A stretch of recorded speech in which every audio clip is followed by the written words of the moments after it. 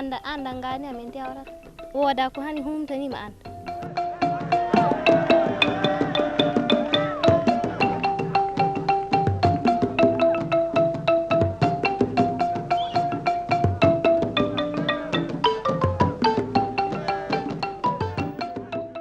tinya groupe ma yani te gambul lerbu ti bantam ba kare ligama te chatam makar ti bantam ba kare ligama.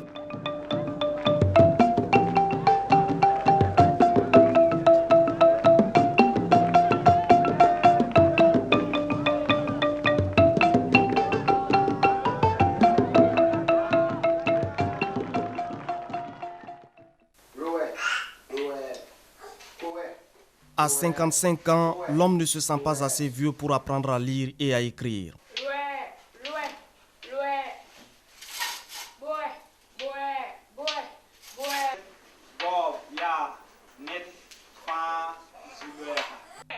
Pénétrer le mystère des chiffres et des lettres est presque une obsession pour ce paysan qui voit en ses arabesques une rampe d'accès au savoir, qui préserve la mémoire et qui ouvre les portes d'un mieux-être.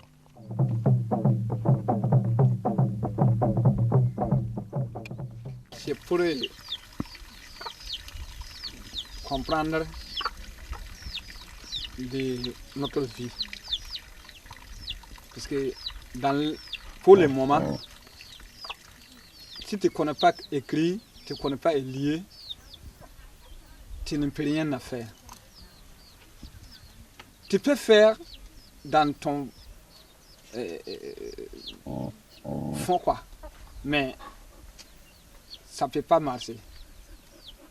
Mais si tu connais des lire, si tu connais écrit, personne ne peut pas te tromper. À cause de ça, que nous est faire des alphabétisés. Ils sont plus de 70% de la population, les hommes et les femmes qui ne connaissent rien au sens de l'écriture. Une sous-alphabétisation préoccupante. Les experts en développement sont formels. En dessous de 40% d'alphabétisés, aucun développement n'est envisageable. Le défi est grand pour le Burkina qui a inscrit la lutte contre la pauvreté parmi les priorités des priorités. Dans le cadre du programme décennal de développement de l'éducation de base, les ambitions sont affichées haut en matière d'alphabétisation et d'éducation non formelle. Nous devons aboutir à l'horizon 2010 à un taux d'alphabétisation d'au moins 40% au Burkina Faso. Les populations alphabétisées pourront, qu'il s'agisse des femmes ou des hommes, pourront mieux participer au circuit de développement économique du pays. Réaliser 40% de taux d'alphabétisation à l'orée de l'an 2010. Un objectif fort ambitieux car il s'agit pour le pays de réaliser en 10 ans des performances que les différentes politiques éducatives n'ont réussi en 40 ans. La réalisation de ces objectifs nécessite forcément un changement dans les stratégies et une plus grande mobilisation de ressources additionnelles au profit de l'alphabétisation. Pour ce faire, le Fonds national pour l'alphabétisation et l'éducation non formelle FONAEF a été mis en place dans lequel l'État, les opérateurs d'alphabétisation, les partenaires techniques et financiers et le secteur privé se sont associés pour conjuguer leurs efforts. Le FONAEF a été mis en place suite au Forum national sur l'alphabétisation qui s'est tenu en 1999 dans le cadre donc, de la mise en œuvre du plan décennal de développement de l'éducation de base. Après avoir fait les projections, on s'est rendu compte que s'il n'y avait aucun changement dans les stratégies, le taux d'alphabétisation de 40% ne serait atteint qu'en 2030. D'où la nécessité de créer un fonds additionnel, donc qui va ajouter à ce qui existe déjà afin d'atteindre ce taux.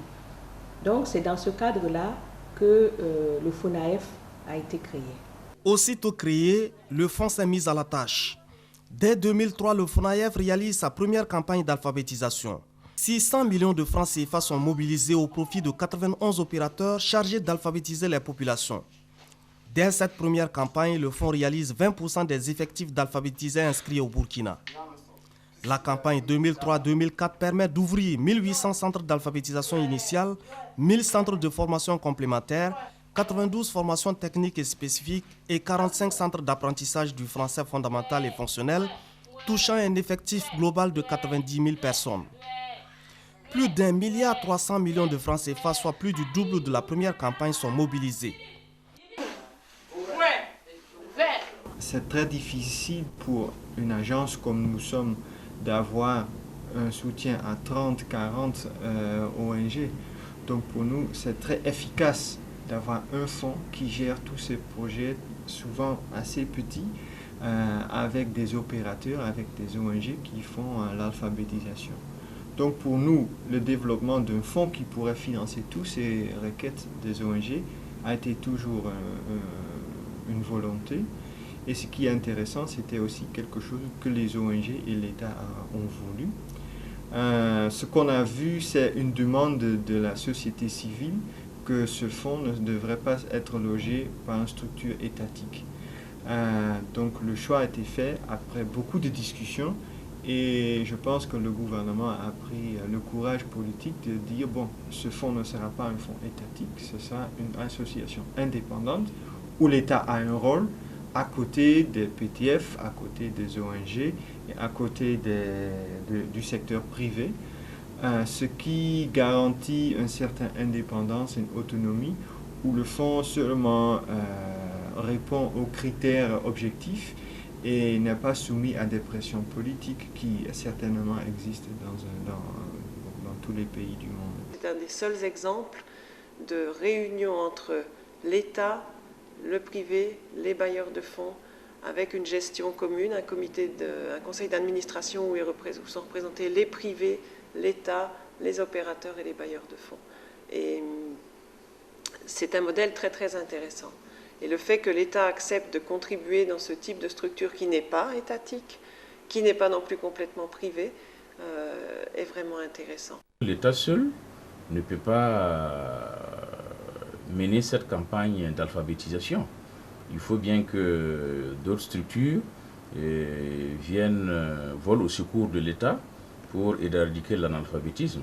C'est pour cela que lorsqu'il était question de la création du fonds, l'État n'a pas hésité à participer, à encourager la création du fonds, et même l'État participe au budget. La première année, nous sommes intervenus pour 400 millions, la première campagne. Nous sommes à la deuxième campagne, c'est au moins 400 millions encore d'injectés. Donc pour les deux campagnes, il faut compter un peu plus de 800 millions. Sur le terrain, les opérateurs bénéficiaires font le travail. Les financements FONAEF permettent d'ouvrir des centres supplémentaires et de répondre ainsi à la forte sollicitation des populations. Pour montrer que le besoin est là et que c'est quelque chose vraiment qui intéresse les gens, c'est que lorsque nous signons les contrats pour l'ouverture des centres, on a souvent 28-30 inscrits, mais à l'ouverture des centres, effectivement, on a tous les problèmes parce que le nombre d'auditeurs passe parfois jusqu'à 60 et personne ne veut désister. En ce moment, est-ce qu'il faut ouvrir 2 centres? Est-ce qu'il faut les garder ensemble pour faire un seul centre? Ça nous pose un problème. Alors il y a des villages qui disent, ok, si vous ne pouvez pas ouvrir 2 centres, si l'animateur est d'accord pour nous tenir, nous restons 60 dans notre salle, ils viennent avec leur banc, ils achètent leur cahier et ils viennent y suivre. Donc ça fait qu'en termes de projection, je crois quand même qu'il y a quand même, en fonction des ressources, si c'est la ressource humaine qui veut suivre ça, il y en a. Et maintenant, c'est la ressource financière qui peut être le facteur limitant. Si le FONAEF n'existait pas, il fallait le créer. Parce qu'avec le financement habituel, on plafonnait déjà à un certain nombre de centres. On ne pouvait plus dépasser. Alors que compte tenu du retard en matière d'alphabétisation et d'éducation dans notre région, compte tenu donc de ces retards, la demande est très très forte. La demande étant très forte, le financement habituel n'arrivait plus à satisfaire la demande. Donc, grâce à l'intervention du FONAEF, on arrive, par l'intermédiaire des DIEMA, à ouvrir chaque année un certain nombre de centres de plus. On avait eu 10 à peu près par DIEMA, ce qui faisait 140 l'année dernière. Bon, cette année, on a eu à peu près le même nombre. Donc, ça permet d'ouvrir bon an mal an 100 à 150 centres de plus que le financement habituel permettait d'ouvrir.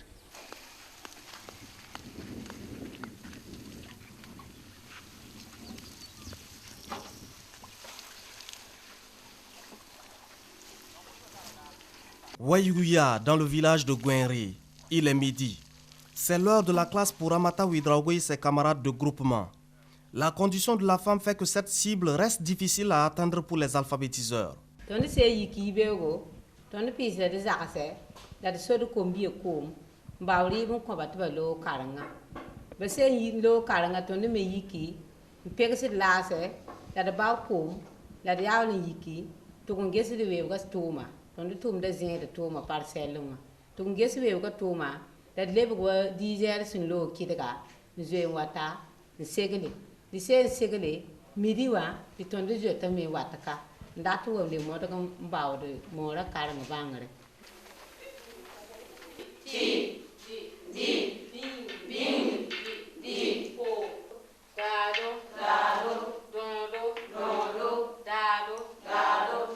Ils ont beaucoup de difficultés.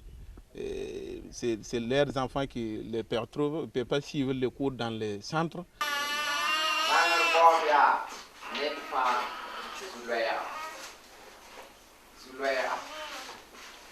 Et puis les enfants, bon, on n'a pas jusqu'à présent trouvé la solution comme ça pour garder les enfants, pour que leur maman puisse suivre les cours dans les centres. Et le deuxième problème, la raison de l'Umbile ici, les gens font beaucoup de maraîchage. Si vous arrivez dans un village comme ça, vous ne trouvez pas des gens comme nous dans les villages, sauf des vieilles qui sont actuellement dans les villages. Ceux qui doivent alphabétiser là, ils sont déjà au barrage.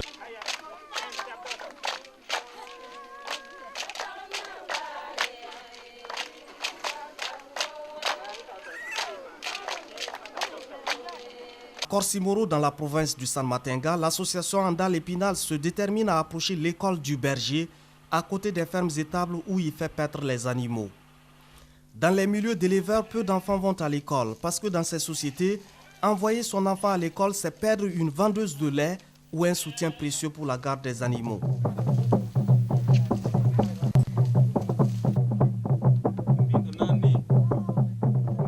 Nous avons une formule alternative d'éducation non formelle. Elle est venue aussi à partir des centres d'alphabétisation où nous avions remarqué qu'il y avait beaucoup de jeunes et de jeunes filles au lieu qu'il y ait des adultes. Nous avons pensé quand même qu'on pouvait effectivement contribuer à l'atteinte de la scolarisation universelle par toujours ce biais de l'alphabétisation.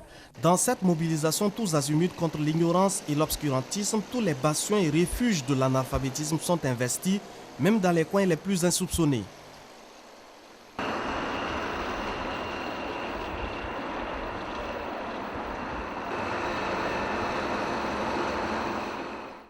Ouagadougou, généralement en marge des grandes campagnes d'alphabétisation, abrite un lot important d'analphabètes qui sont des rejetons de l'école classique ou des émigrés arrivés pour la plupart des villages en quête d'un Eldorado. Dans cette métropole urbaine, les analphabètes sont des employés de grandes entreprises ou des opérateurs du secteur informel. Le secteur privé se fait dans la capitale, promoteur de l'alphabétisation et de l'éducation non formelle. La communauté d'affaires s'investit dans le cadre du partenariat pour l'éducation non formelle PINF, soutenu par la coopération canadienne, qui ouvre la voie à l'alphabétisation des personnels non qualifiés des entreprises. L'expérience du PINF est suivie avec intérêt par le FONAEF, qui devra continuer son œuvre à la fin du programme. L'engagement du secteur privé dans cette œuvre participe de la promotion des ressources humaines, du développement de la qualité et de la performance au sein des entreprises. Dans ce siècle d'excellence et de compétition, l'investissement en vaut la chandelle. Nous avons l'entreprise, le groupe Age Matériaux, qui a déjà une expérience. Nous allons bientôt également aborder au niveau des boulangeries, où nous avons assez de personnel non alphabétisé, pour mettre un programme également de suivi de la formation de ces personnes. Nous avons au niveau du bâtiment également, il y a une haute intensité de main-d'œuvre et le plus souvent, cette main-d'œuvre n'a pas eu l'instruction nécessaire et il faut également des programmes à l'endroit de ces personnes. L'alphabétisation telle que conçue par le FONAEF ne se limite pas seulement au niveau initial. Un cursus après lequel les connaissances de l'écriture, du calcul et de la lecture sont vite perdues si elles ne sont pas renforcées. Il faut armer suffisamment et durablement les apprenants contre les risques d'analphabétisme de retour. Depuis les années 1980, il y a eu beaucoup d'efforts qui ont été faits dans le domaine de l'alphabétisation. Il y avait l'Alpha Commando, l'Alpha Bantaré, il y a eu la création des centres permanents d'alphabétisation et de formation, mais il fallait qu'on mette plus d'accent sur les acquis de l'alphabétisation.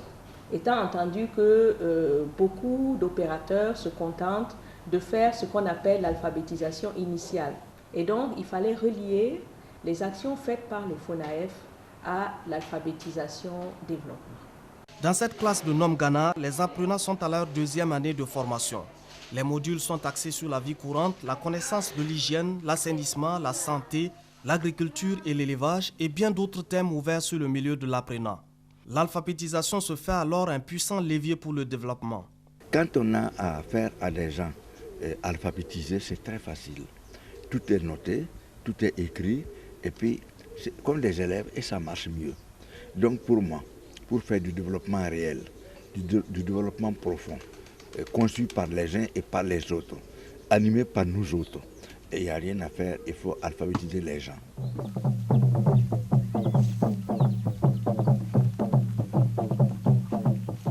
L'association Andal Épinal de Korsimoro accompagne les éleveurs de la province du San Matenga à sortir de la transhumance traditionnelle, une pratique très coûteuse pour les pasteurs contraints à mener une vie de nomade avec tout ce que cela comporte comme difficulté. Les conflits avec les agriculteurs autour des zones de pâturage et des points d'eau notamment. L'intensification de l'élevage apparaît comme la meilleure alternative pour l'association qui multiplie les formations au profit des éleveurs. Des ateliers sur les techniques de fauche, de séchage et du conditionnement du foin et du fourrage. Tu commences le travail là, si tu es piégé, le nombre de kilos que tu as gagné les herbes là, c'est le nombre des mêmes kilos là que tu dois mesurer avec une petite boîte là, à lire là, avec le nombre de litres d'eau, mouiller bien, mettre dans les bâchers et puis bien pétiner. Encore tu fais deuxième couche, comme de façon que tu travailles après là, tu mets shell maintenant. Chaque deuxième couche seulement, tu mets shell à comme ça. Bon, l'huile là aussi, si tu as mouillé, il faut bien mouiller. Parce que si il y a petit grain comme ça là qui reste dedans, tu n'es pas mouillé. Si le bœuf fait manger ça maintenant là, ça fait des malades. Le fonds nous permet aujourd'hui de renforcer la capacité opérationnelle de nos organisations paysannes. Qu'est-ce que je veux dire? Nous avions des éleveurs qui finalement ne savaient que chasser des animaux et aller en brousse et les ramener le soir. Et au fur et à mesure que nous faisons nos FTS, grâce au fonds je dirais, ils arrivent à comprendre que ce que nous disons là, ce n'est pas du blablabla. Si je prends le cas des éleveurs, un de nos membres qui effectivement était le premier à savoir qu'il fallait effectivement donner beaucoup, faire la fauche et le fourrage, le foin et le fourrage là, il a constaté que ces vaches mettaient bas tous les ans. Chez les Peuls, c'est rare, c'est tous les 2 ans, tous les quoi. Mais à cause de ça, il a remarqué cela et il intensifiait ça. Et il avait beaucoup de veaux tous les ans. Grâce aux formations techniques et spécifiques, une importante expertise se crée au niveau local dans tous les domaines du développement rural, à savoir des techniques de production de fumure organique, la construction de foyers améliorés à 3 pierres, les techniques de production de maïs, de l'arachide et l'élevage du mouton et tutti quanti. Des compétences très sollicitées qui pourraient devenir effectivement des acteurs d'impulsion du processus de décentralisation en cours. Après quelques années de formation dans les centres de l'association Namanab Zanga d'Obritenga, Alassane Ouedraogo lui a choisi de devenir pépiniériste. Son mandat école de Tissi, à Kassei, et Flamboyant, Nassadouara, la Mourara, la Guara, la Papayerama, Nemangi. Le producteur de plants est débordé par la demande locale. Les groupements de l'association attendent 50 000 plants pour réaliser des projets de bosquets.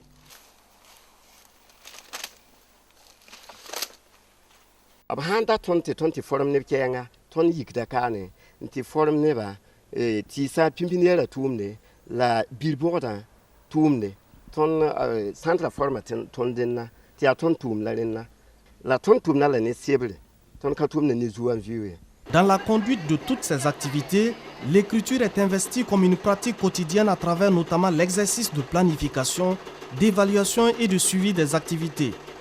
Dans le Goulmou, l'association Tintois a développé des unités économiques au profit de ses groupements affiliés. À Gomoré, situé à quelques 7 km à l'ouest de Fada, ce moulin transforme la vie de la population locale. Les femmes sont soulagées des corvées à la meule ou au pilon. La machine libère du temps au profit des femmes qui peuvent s'adonner à d'autres activités. Elle génère des revenus pour la communauté tout entière. Mais au-delà, c'est toute une culture de l'écrit qui se développe autour du moulin providentiel.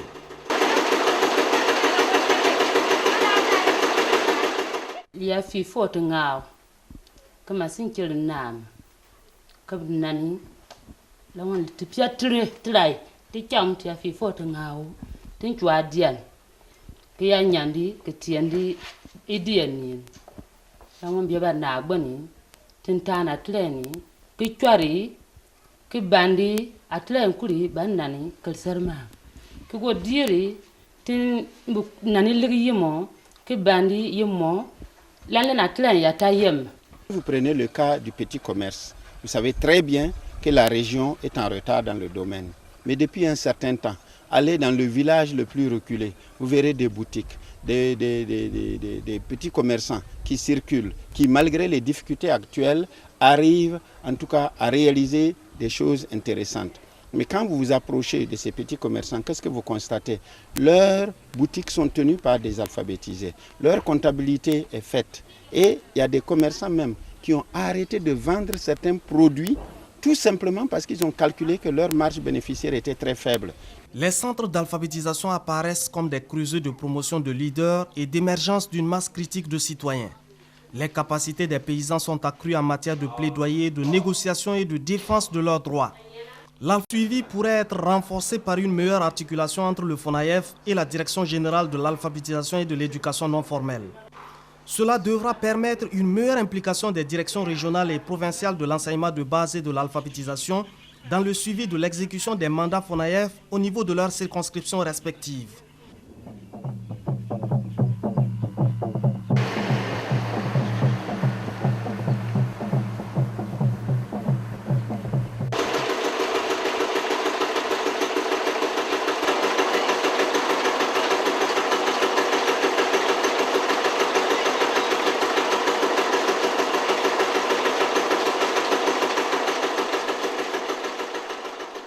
Bien menée, l'alphabétisation et l'éducation non formelle constituent sans conteste un investissement porteur.